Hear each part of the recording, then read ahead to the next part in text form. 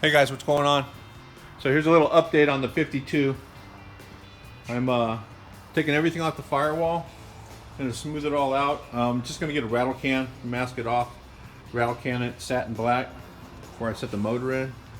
Pretty sure I'm gonna have to cut these reinforcements here on both sides. I did on the last vehicle I did, and then modify the shifter so that it operates an automatic transmission with 3 gears.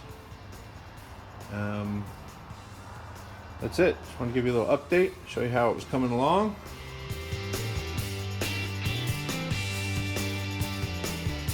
So here we are. This is one of the first test fits. There will be many.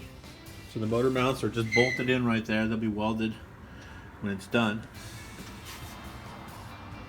And these are the reinforcements right here that I'm going to have to modify. I think on the last one I cut them from the top all the way down. But for right now I'm just going to try to spread them out wider and then see if the valve covers fit in between. And then we'll check the placement on the distance from the back of the motor to the transmission cross motor.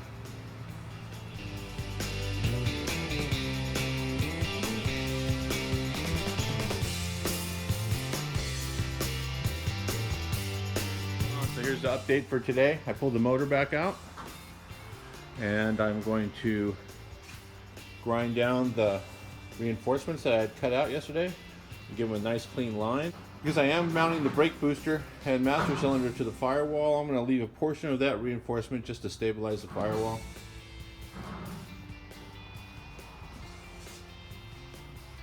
So one more day of cleaning up the firewall. I'm going to seal this thing after I finish grinding down the reinforcements that I cut out. Make them look all clean and uniform. Then I'm going to use some self-etching primer and then some high fill primer and then shoot the whole thing satin black. And put the motor back in.